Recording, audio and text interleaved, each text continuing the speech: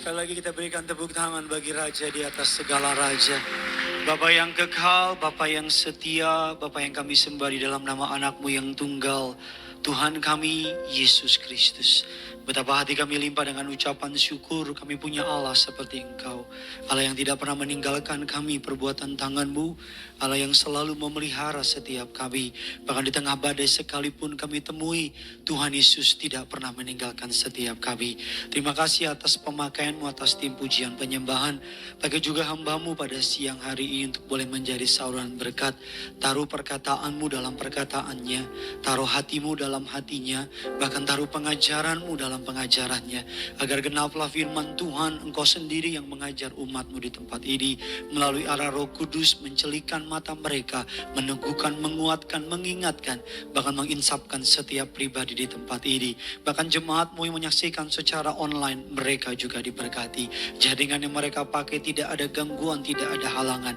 Bahkan siapapun yang hadir lantai 3, lantai 4, lantai 2, setiap mereka pulang pasti diberkati. Segala rancangan si jahat, setiap kubu pertahanan yang dibangun untuk menentang pengenalan akan nama Yesus, kami patahkan, kami hancurkan kuasanya. Tidak berkuasa atas setiap kami. Allah Roh Kudus, Engkau disambut di tengah-tengah kami. Berbicaralah atas setiap kami. Di dalam nama Tuhan Yesus, sidang jemaat Allah yang siap diberkati kebenaran firman Tuhan, Gereja Tiberias Indonesia, sama-sama dengan bangga kita katakan amin. Kita berikan kemuliaan, tepuk tangan bagi Tuhan. Kita silakan duduk kembali saudara. Terpujilah nama Tuhan yang telah mengumpulkan kita pada siang hari ini. Terimalah salam dari mimbar ini. Shalom Tiberias. Masih belum semuanya, bisa lebih semangat lagi. Shalom Tiberias. Apa kabar semuanya saudara? Tuhan Yesus itu baik, amin. Saya belum melihat tangan-tangan yang bangga punya Tuhan Yesus, bisa lambaikan tangan saudara. Kalau saudara tidak keberatan, boleh kasih salam kiri kanan saudara. Katakan, saya senang duduk di samping kamu. Ayo bilang saudara, haleluya, puji Tuhan. Saya berdoa saudara yang single duduk di samping yang single saudara, agar mukjizat itu nyata, amin. Semua yang jomblo katakan, wih banyak juga ya, mantap ya. Terpujilah nama Tuhan yang mengumpulkan para jomblo di tempat ini saudara. Haleluya, terima kasih kepada Tuhan Yesus atas kepercayaannya saya boleh melayani pada hari ini. Terima kasih kepada Gembala Sidang Gereja Tiberias Indonesia, Pendeta Darniati Pariaji, untuk kesempatannya saya boleh melayani di tempat ini. Dan terima kasih atas setiap doa jemaat. Saya sekarang resmi menjadi ayah 2 orang anak saudara. Haleluya, terima kasih atas doa saudara, walaupun saya nggak yakin saudara doain apa enggak saudara. Tapi terima kasih. Nama anak saya yang kedua Johannes Eleos Simanjuntak saudara. Johannes itu dapat nama dari Ibu Gembala Sidang, Ibu Pendeta Darniati Pariaji. Kita kenal Yohanes sebagai murid yang paling. Haleluya, terima kasih atas doa saudara, walaupun saya nggak yakin saudara doain apa enggak saudara. Tapi terima kasih. Nama anak saya yang kedua Johannes Eleos Simanjuntak saudara. Johannes itu dapat nama dari Ibu Gembala Sidang, Ibu Pendeta Darniati Pariaji. Kita kenal Yohanes sebagai murid yang paling dikasihi Tuhan Yesus. Eleos berasal dari bahasa Greek atau Yunani yang artinya God loving kindness, atau kebaikan Tuhan atau kemurahan Tuhan. Dan Simanjuntak itu adalah gelar bangsawan dari kerajaan Inggris saudara ya. Jadi kalau saudara lihat ada orang pakai nama Simanjuntak, itu bangsawan dia saudara ya. Jadi namanya Johannes Eleos Simanjuntak. Kita berdoa agar melalui nama tersebut anak saya dan anak saudara dan anak-anak yang lainnya dapat dipakai Tuhan untuk kemuliaan bagi nama Tuhan. Kita kasih sekali lagi tepuk tangan bagi Tuhan kita. Keluarkan pulpen saudara, keluarkan catatan saudara, kita akan belajar kebenaran firman Tuhan. Tema khotbah saya hari ini berangkat dari pengalaman saya ketika saya mendampingi istri saya dalam proses persalinannya saudara. Tema khotbah pada hari ini adalah when things don't go our way. Ketika keadaan tidak terjadi, ketika keadaan tidak sesuai dengan apa yang kita mau, ketika keadaan tidak berjalan sesuai dengan rancangan yang kita mau, ketika hidup ini tidak terjadi seperti yang kita mau. Betul kan? Dalam hidup ini ada banyak hal-hal yang terjadi yang tidak seperti yang kita inginkan. Betul apa tidak? Ada banyak hal-hal dalam hidup kita, kita berharapnya B, tapi ternyata terjadinya C. Kita pengennya D, tapi ternyata kasihnya E, dan seterusnya. Ketika rencana kita berseberangan dengan rencana Tuhan. Ketika rancangan kita tidak sesuai dengan rancangan Tuhan. Ketika apa yang kita mau, apa yang kita rindukan, apa yang kita doakan, tidak sesuai dengan apa yang Tuhan rancangkan. Dan sebagai hamba Tuhan, sebagai pendeta, saya rindu untuk mengajar saudara. Ketika hidupmu, ketika keadaanmu, ketika rancanganmu, ketika rencanamu tidak terjadi seperti yang saudara rancangkan. What should we do? Apa yang harus kita lakukan? Apa yang harus kita perbuat? Apa yang harus kita, bagaimana kita meresponi ketika hidup ini berjalan tidak seperti yang kita mau. Saya berdoa ada 4 kebenaran firman Tuhan. Doa saya agar firman ini pasti memberkati saudara. Bilang kiri kanan saudara, kamu pasti diberkati. Bilang sama yang baru ngomong, kalau kamu gak sibuk sama HP kamu, bilang saudara. Amin saudara. Yang pertama, bagaimana kita meresponi, what to remember when things don't go our way. Apa yang harus kita ingat, semuanya dimulai dengan kalimat remember. Ada 4 kebenarannya. Kita akan belajar dari sebuah tokoh di Alkitab, namanya Yunus. Kita tahu kisah Yunus dimakan oleh ikan. Yang bilang ikan paus bertobat saudara. Karena di Alkitab saudara nggak ada ikan paus. Mungkin itu Alkitabnya terjemahan Zimbabwe saudara. Nggak ada ikan paus, yang ada ikan, jangan bilang ikan cuek lagi. Ikan teri dan sebagainya. Ikan besar, ada sebuah lagu sekolah minggu yang terkenal. Kalau saudara tahu bisa bantu saya nyanyi ya. Kalau tahu ya sama-sama ya. Lagu seperti demikian. Yunus di perut ikan, pam pam pam, cuap cuap, pam pam pam. Coba ya saya mulai ya, saudara bantu saya ya. Yunus di perut ikan.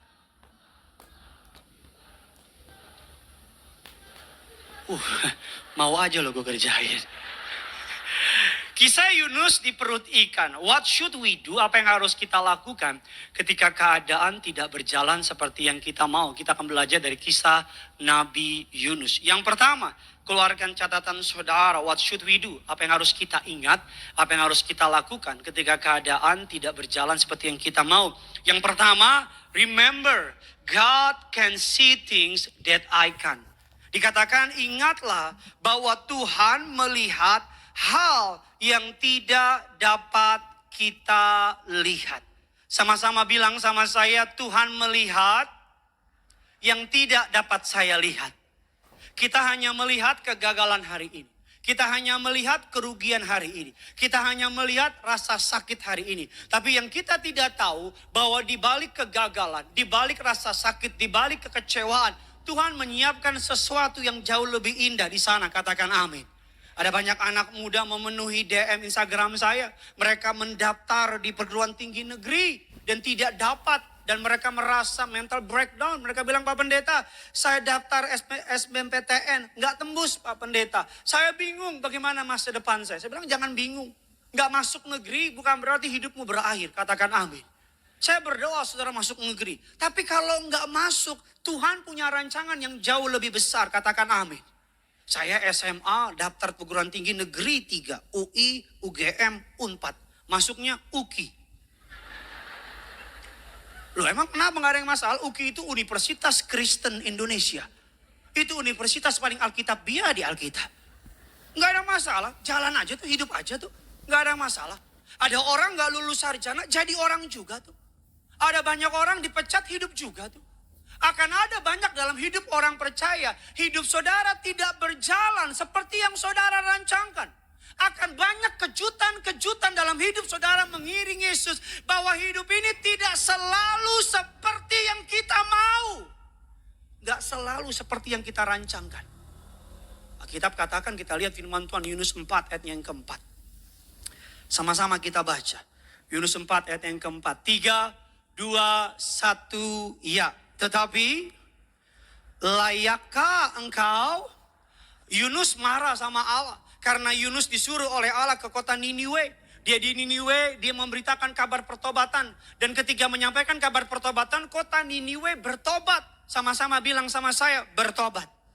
Yunus marah. Kenapa Yunus marah? Saudara perlu tahu konteks dari latar belakang ayat ini. Kota Niniwe terkenal sebagai kota yang very amoral. Kota yang sangat sangat amoral. Ayah atau orang tua akan menyerahkan anaknya kepada dewa untuk dipersembahkan. Dewa Molok, darahnya akan diambil untuk ditaruh kepada yang namanya pemujaan.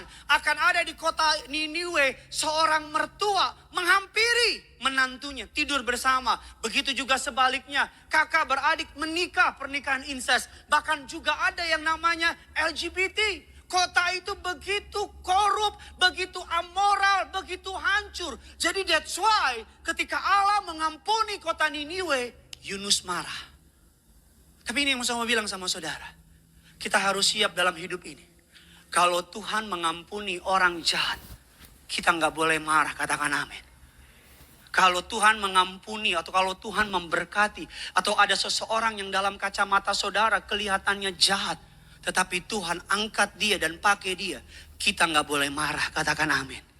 Bisa jadi loh, orang yang suka tutup gereja, orang yang suka bakar gereja, bisa jadi loh, Tuhan jumpai di penjara dan dipakai oleh Tuhan.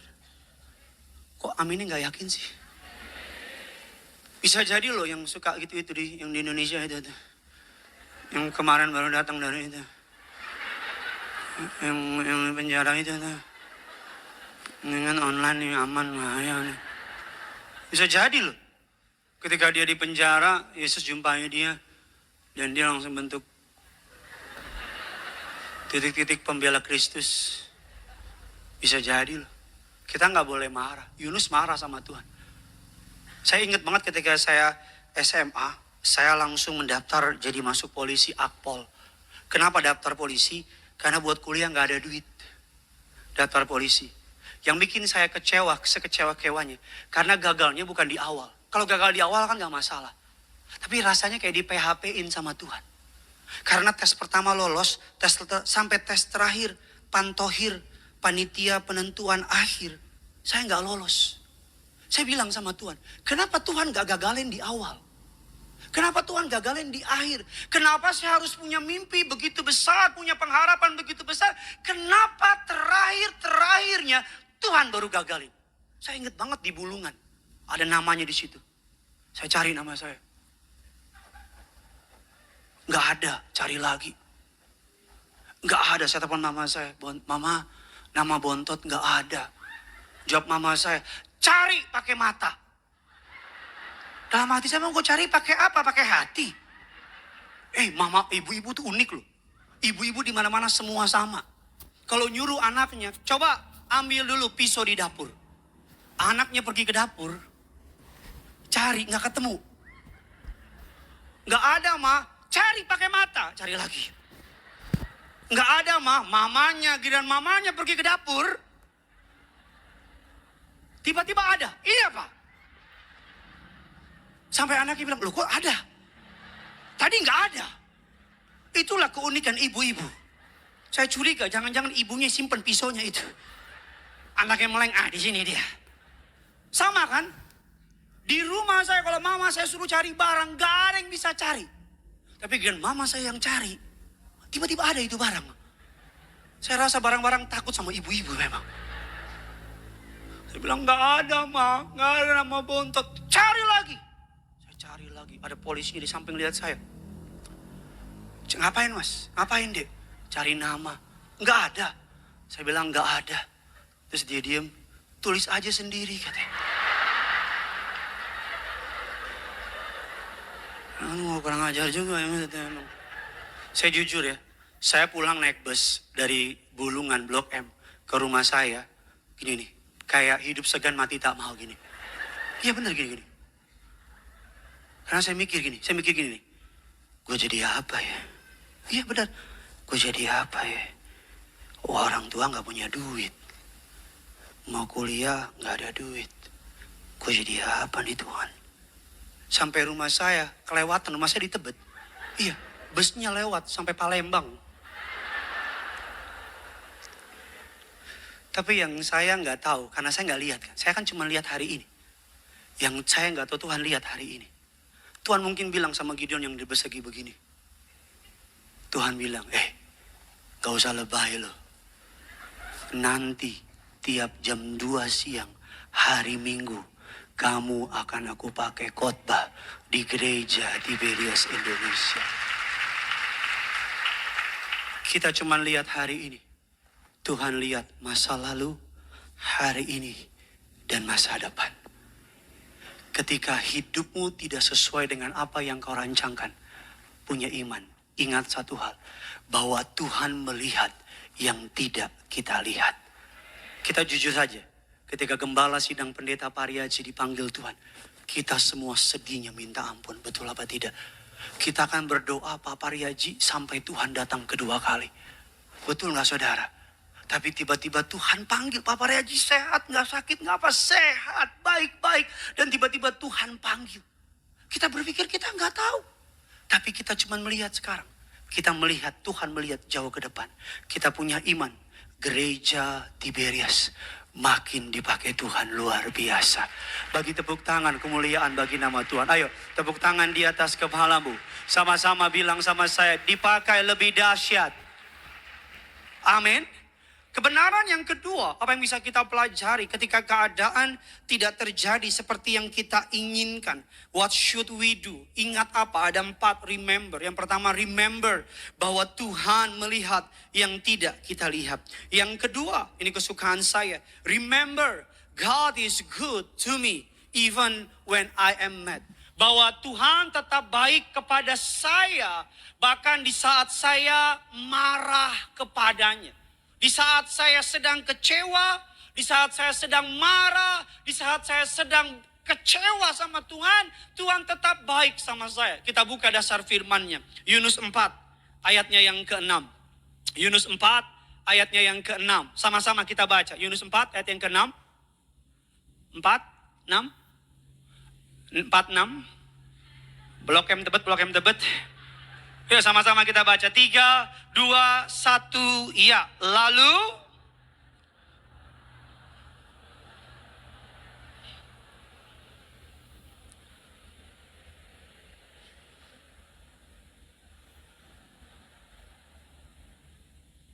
saudara baca. Yuk sama-sama dengan semangat 45. 1, 2, 3. Lalu atas penentuan Tuhan Allah tumbuhlah melampaui untuk agar ia dari Yunus karena pohon. Sama-sama bilang sama saya, Yunus marah sama Tuhan. Sama-sama bilang sama saya, Yunus kecewa sama Tuhan. Sama-sama bilang sama saya, Yunus lari dari Tuhan. Saudara mau tahu bagaimana Tuhan merespon Yunus ketika dia marah, kecewa, lari dari Tuhan? Alkitab katakan dalam Yunus 1, Yunus 2, Yunus keluar dari Niniwe, menunggu di ujung tempat lain di luar kota Niniwe untuk menanti kehancuran kota Niniwe. Yunus duduk, menanti. Enak juga ya khotbah sambil duduk ya. Ini enak juga. By the way gak ada di Alkitab khotbah harus diri. Iya gak ada, benar gak ada. Kenapa khotbah diri itu? Karena budaya gereja. Jadi gak ada khotbah harus diri, khotbah duduk sama diri aja itu sebenarnya gak ada larangan. Kalau khotbah duduk enak juga ya. Apalagi sambil begini. Sampingnya kopi, weh mantap. Sininya kue cucur. Yunus lagi marah sama Tuhan. Lagi bete sama Tuhan. Lagi kecewa sama Tuhan. Apa yang Tuhan lakukan? Jangan lihat saya, lihat Alkitab tadi itu apa. Saya tahu memang saya cukup ganteng. Ada yang ketawa geli di sini. Ketika Yunus lagi marah sama Tuhan. Yunus itu daerah Niniwe, Timur Tengah. Panasnya minta ampun. Tuhan ketika Yunus lagi marah sama dia. Ketika Yunus lagi kecewa sama dia. Tuhan gak mau Yunus kepanasan. Tuhan bangun pohon jarak. Buat tutupin Yunus. Supaya Yunus gak kepanasan. Saya gak tahu gimana dengan saudara. Tapi saya baca ayat ini. Saya bangga punya Allah seperti dia. Di saat saya lagi marah sama dia. Di saat Yunus lagi marah sama Tuhan. Di saat Yunus lagi kecewa sama Tuhan. Tuhan gak balas marahnya Yunus. Tapi Tuhan bangun tempat perteduhan. supaya, duduk lagi sebentar, supaya Yunus gak kepanasan. Pernahkah dalam hidupmu engkau lagi jarang ke gereja, tapi berkatnya malah makin kencang? Sampai kau bilang, kan gue lagi jarang gereja, kok Tuhan malah tambah baik sama gue? Pernah gak dalam hidupmu engkau lagi jarang berdoa, tapi tiba-tiba proyek-proyekmu Tuhan izinin gol. Sampai kau bilang, kan gue jarang doa, kok tiba-tiba berkatnya makin banyak sih? Atau pernahkah engkau lagi marah sama Tuhan, engkau lagi kecewa sama Tuhan, tapi Tuhan tetap tolong, lindungin, berkati saudara. Saya percaya saudara pasti pernah ngalamin itu. Kenapa Tuhan lakukan itu? Karena Tuhan mau kita kembali kepadanya. Dia lakukan itu supaya kita malu. Tahu malu gitu. Tahu diri. Bahwa dalam hidup ini kita nggak berhak marah sama Tuhan. Katakan amin. Bilang kiri kanan saudara, kamu nggak punya hak marah sama Tuhan. Ayo jangan takut, saya ngomong, saya sudah coba. Ayo bilang sama yang baru ngomong, kamu nggak punya hak marah sama Tuhan. Amin. Siapa kita marah sama Tuhan? Siapa kita atur-atur Tuhan? Siapa kita mau memberikan apa yang kita mau? No, nggak bisa. Tuhan perbuat apa yang mau dia perbuat. Istri saya minggu malam masuk ke rumah sakit, bukaan 1. Dokter semuanya bilang ke istri saya, anak pertama saya Genesaret, lahirnya normal. Dokter bilang anak keduanya ya pasti lahir normal. Istri saya rajin olahraga, istri saya olahraga banget. Istri saya itu pemenang olimpiade. Iya, istri saya olahraganya bagus banget. Jadi ketika sampai di rumah sakit, dokter bilang oke siap, bukan 1. Malam minggu saudara, minggu dini hari, bukaan 3. Saya izin sama dia pergi ke pelayanan tempat ini minggu lalu. Selesai dari sini mau ke SCBD, saya telepon, sayang udah bukaan 5. Saya tinggalin SCBD izin. Sampai di rumah sakit, sampai minggu malam, masih bukaan 5. Gak nambah-nambah itu bukaan. Padahal puasa udah lewat, buka puasa dan sebagainya. Gak nambah-nambah, suntik induksi. Induksi itu sakitnya minta ampun. Istri saya pegang, sakit. Saya cuma bilang, iya sayang, kuat. Jangan salah ngomong lagi begitu loh. Bisa tiba-tiba dicakar lah, apalah. Jadi gitu, iya sayang, iya. Jam 1 siang, jam 1 tengah malam hari Senin. Dokter bilang sama saya, Pak, udah diinduksi tapi tetap bukan 5 Pak. Gak bisa lagi Pak. Terus saya bilang harus gimana dok? The only way Pak, kita udah lakukan the best we can. Kalau Bapak berkenan, sesar Pak. Saya gak nentang sesar, karena saya tahu baik normal apapun sesar itu sakit banget. Awalnya gak sakit, tapi setelahnya itu sakit banget. Tapi kan saya suami yang cinta istri. Saudara kayak gak yakin gitu sama saudara saya. Iya benar, saya cinta loh. Beb, sarang hiu beb. Jadi ya udah saya bilang, oke dok, oke. Ya udah mau gimana lagi. Jam 3, jam 4 saya masuk ruang operasi. Saya pegang tangan istri saya lihat. Begitu. Saya lihat muka istri saya, kan dia gak ngerasa kan. Dia senyum, saya senyum lagi. Saya lihat itu, senyum lagi. Anak saya keluar. Makanya saya mau bilang ya sama para wanita di tempat yang belum menikah ya. Cari pria yang sungguh-sungguh cinta sama kamu. Yang benar-benar sayang sama kamu. Kalau cuma cari yang cowok yang ganteng tapi gak sayang, percuma. Apalagi udah gak ganteng, gak sayang, apalagi yang itu. Udah gak ada obatnya gitu, udah gak ada obatnya. Apalagi seminggu ini nih. Anak saya kan baru lahir kan. Owe. Saya tanya, itu anak siapa sih? Oh, ibu ingat anak gua. Iya. Sakitnya minta ampun. Istri saya keluar 2 jam, saya tungguin, saya liatin. Saya jadi ngehormat sama wanita. Istri saya ngalamin loh. Persalinan normal dan ujung-ujungnya juga sesar. Sakit, kalau saya cuma sakit ketika ke kasir. Ketika lihat, Cuman itu doang sakitnya. Tapi kan itu uang bisa dicari. Loh, saya kan bangsawan kerajaan Inggris. Kan Simanjuntak kerajaan Inggris. Nah, depan saya Sir Gideon Simanjuntak. Tapi istri saya sekarang kalau bangun, saya curiga jangan-jangan dia pura-pura itu. Ini pura-pura loh ya, lo pura-pura loh.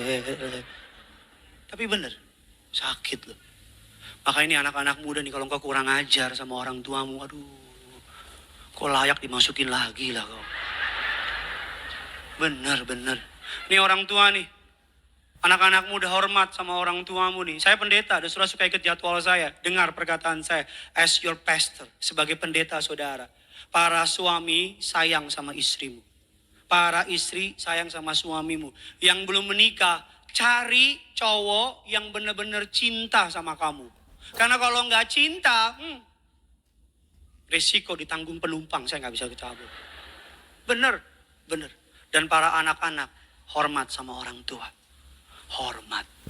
Ketika mereka, apalagi ibumu, ketika dia ngelahirin engkau, aduh, hidup dan mati itu. Tangan saya diperes, di apa. Sayang sakit, saya bilang sama Hawa dong, kenapa makan pohon pengetahuan yang baik dan buruk itu. Iya. Makanya banyak orang kalau mau lahiran, ketemu sama ibunya sujud, cium kaki ibunya. Karena apa? Baru rasa dia. Makanya kalau ada anak muda, ngelawan orang tuanya. Aduh. Saya nggak ngerti. Emang kau udah buat apa sama orang tuamu? Sampai kau berani begitu. Makanya bukan tanpa sebab dalam Alkitab ditulis, ingat, hormati ayah dan ibumu. Supaya apa? Lanjut usiamu di tanah yang kujanjikan kepadamu. Bukan tanpa sebab orang bilang surga di bawah telapak kaki ibu. Ibu itu makhluk yang mulia. Istri saya sekarang menyusui, tengah malam bangun. Saya kalau bisa menyusui, saya menyusui. Tapi kan gak bisa. Betul gak saudara? Dan saya urus anak saya. Kita bagi kerjaan. Istri saya lagi ngantuk, sayang kamu tidur. Aku yang jagain. Si Jo. Udah disiapin susu, saya susuin. Gak bisa. Suami-suami cuman mau enaknya doang. Sampai di rumah, anak urusanmu. Aku tidak mau tahu loh. Orang bikinnya bareng-bareng kok. Kecuali dia Bunda Maria lahir sendiri. Amin. Bilang kiri kanan saudara, hormat orang tua. Bilang sama yang baru ngomong, hormat sama wanita. Kita kasih tepuk tangan dulu buat Tuhan kita. Yang ketiga, kita cepat saja apa yang bisa kita pelajari. Apa yang perlu kita ingat ketika keadaan tidak berjalan seperti yang kita inginkan. Yang ketiga, remember, God is in control of every detail. Bahwa Tuhan tetap memegang kendali dalam setiap detail hidup kita. Sama-sama bilang sama saya, Tuhan pegang kendali. Sama-sama bilang sama saya, Tuhan pegang kendali. Kemarin Presiden Jokowi dalam pidato kenegaraannya, dia bilang ada 60 negara di dunia yang terancam mengalami kebangkrutan. 6 dipastikan akan bangkrut. Kemarin baca berita negara Sri Lanka menyatakan diri bangkrut, nggak bisa bayar utang. Dikatakan IMF juga mengatakan winter is coming. Akan terjadi yang namanya sebuah resesi ekonomi. Amerika berada di jurang resesi katanya. Istilahnya bukan lagi stagnan, tapi stagnasi. Apa itu? Stagnan dan inflasi. Ekonomi akan mengalami penurunan, akan mengalami, kita siap-siap katanya, ada kemungkinan resesi dan sebagainya. Tapi di tengah-tengah berita buruk dunia ini ada kabar baik. Firman Allah berkata, 1000 lebah di sisi kiri saudara, 10.000 lebah di sebelah kanan saudara. Saudara dan saya yang punya Yesus, yang ada minyak dan anggur, tidak akan dirusakkan. Bilang kiri kanan saudara, berkat ini untuk kamu juga. Bilang sama yang baru ngomong, janji ini buat kamu juga. Amin. Kita lihat apa maksud saya bahwa Tuhan tetap memegang kendali dalam setiap detail kehidupan. Yunus 4 ayatnya yang ke-7 dan ke-8. Sama-sama kita baca. 3, 2, 1, ya. Tetapi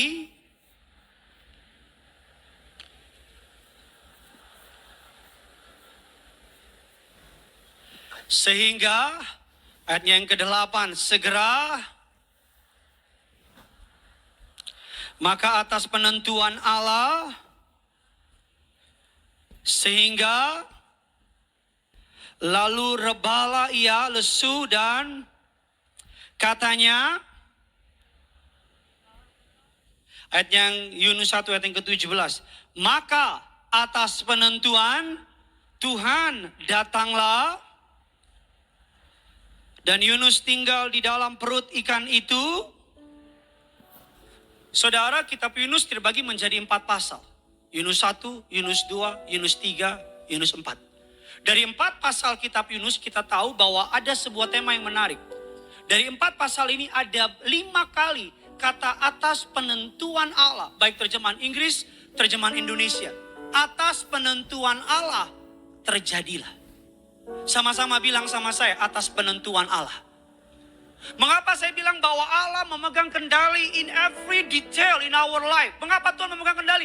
Karena bayangkan, ketika Yunus lari dari Allah ke kota Tarsis, dia naik ke sebuah kapal. Alkitab katakan, atas penentuan Allah datanglah angin badai. Betul?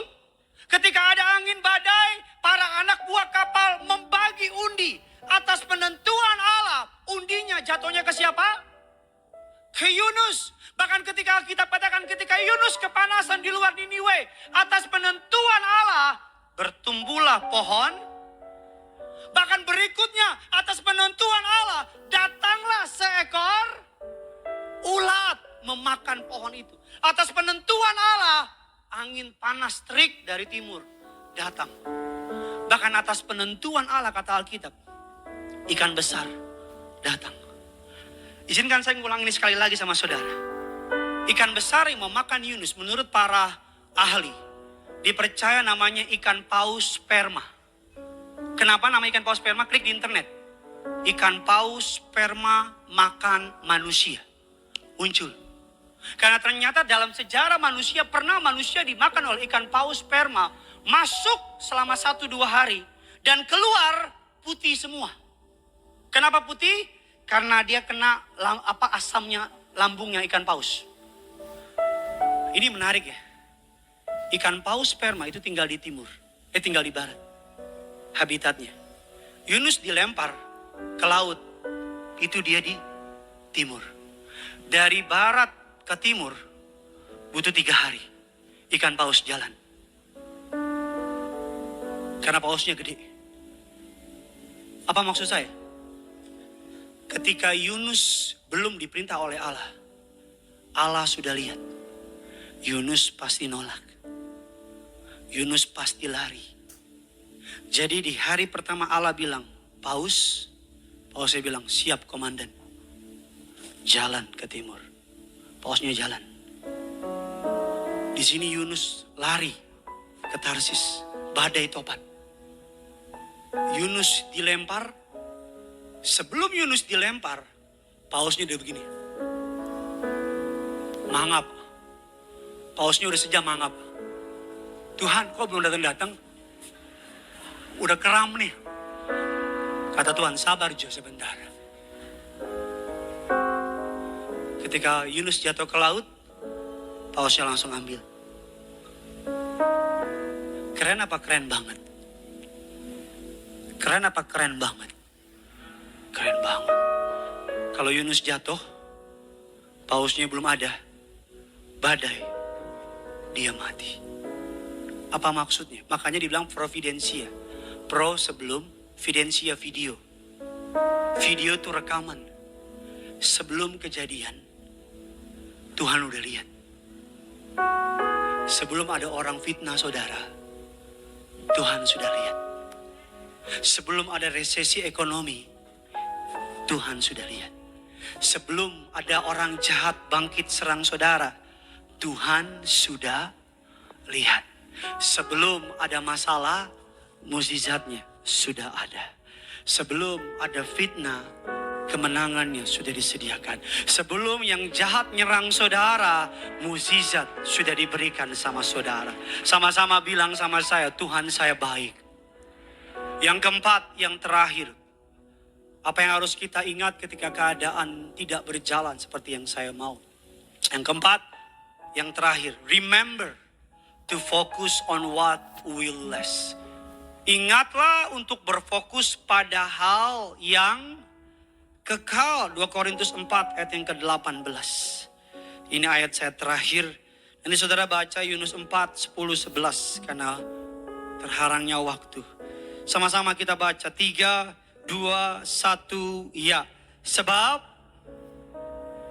melainkan yang tak, karena yang kelihatan adalah, sedangkan yang tak kelihatan adalah, sama-sama bilang sama saya, jangan sampai yang sementara, belum semuanya, jangan sampai yang sementara menghilangkan yang kekal. Sama-sama bilang sama saya, jangan sampai saya menukar yang kekal dengan yang sementara. Apa yang sementara? Pekerjaanmu sementara. Jangan karena cari duit sampai kau kehilangan damai sejahtera. Jangan karena pengen punya hal-hal yang besar, pengen punya proyek, pengen punya keterkenalan, sampai engkau menghalalkan segala cara sehingga engkau kehilangan imanmu kepada Yesus. Jangan sampai yang sementara menggagalkan yang kekal. Harusnya yang sementara disingkirkan agar yang kekal tetap jadi bagian kita. Amin. Bu, jangan karena gak mau ngampunin, Bu, sehingga engkau kehilangan yang kekal, Bu. Pak, jangan cuma karena untung di bumi kau lakukan segala cara, Pak. Tabrak sini, tabrak sana, injek sini, injek sana, sikat sana, sikat sini, fitnah sana,